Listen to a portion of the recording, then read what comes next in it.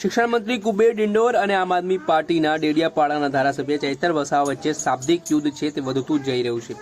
જે રીતે ચૈતર વસાવાના ગઢ એટલે કે નર્મદા જિલ્લાના ડેડિયાપાડા તાલુકામાં થોડાક દિવસ પહેલા શિક્ષણ મંત્રી કુબેર ડિંડોર છે તે કાર્યક્રમ અર્થે પહોંચ્યા હતા અને તે દરમિયાન તેમણે ફરી એકવાર નામ લીધા વિના ધારાસભ્ય ચૈતર વસાવા ઉપર પ્રહાર કર્યા હતા। તેમણે કહ્યું કે જેમની કેન્દ્રમાં સરકાર નથી તેવા લોકો તમને હથેળીમાં ચાંદ બતાડવાના કામ કરી રહ્યા છે।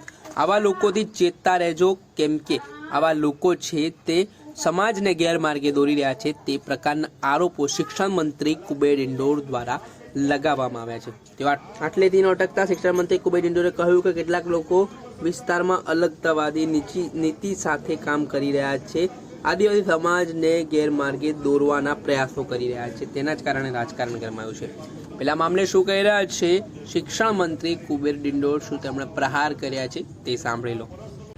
અલાદીની દુકાન જ નથી, માલ કઈથી આપે?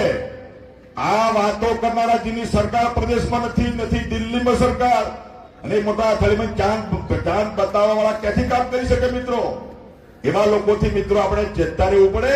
પણ આવા જે લેબાગુ તત્વો જે છે, જે વિઘટનકારી નીતિ છે, અલગતાવાદ ફેલાવવાળા લોકો છે, જે મોટા પરસ્ત લોકો છે, જેમની રાત ચમકાવવા માટે લોકોને ગુમરાહ કરવા નીકળ્યા છે, એવા લોકોથી મિત્રો ચેતતા રહેવાનું છે। આ આવનારા સમયમાં આદિવાસી સમાજને ભ્રમિત કરીને આદિવાસી સમાજ હિન્દુ નથી એમ કરીને કેટલાક લોકો આજે વિધર્મીઓ અલગતાવાદ ફેલાવવાનું કામ મિત્રો કરી રહ્યા છે।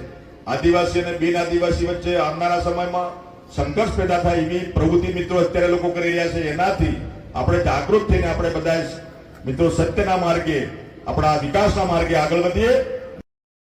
હતા શિક્ષણ મંત્રી કુબેર ડિંડોર। હાલ તેમનું જે નિવેદન સામે આવ્યું છે તે નિવેદનમાં તેમણે નામ લીધા વિના ડેડિયાપાડાની અંદર જ ધારાસભ્ય ચૈતર વસાવા ઉપર આડકતરા પ્રહાર કર્યા છે અને સાથે જે તેમણે આરોપો લગાવ્યા છે તેના કારણે રાજકારણ પણ ગરમાયું છે।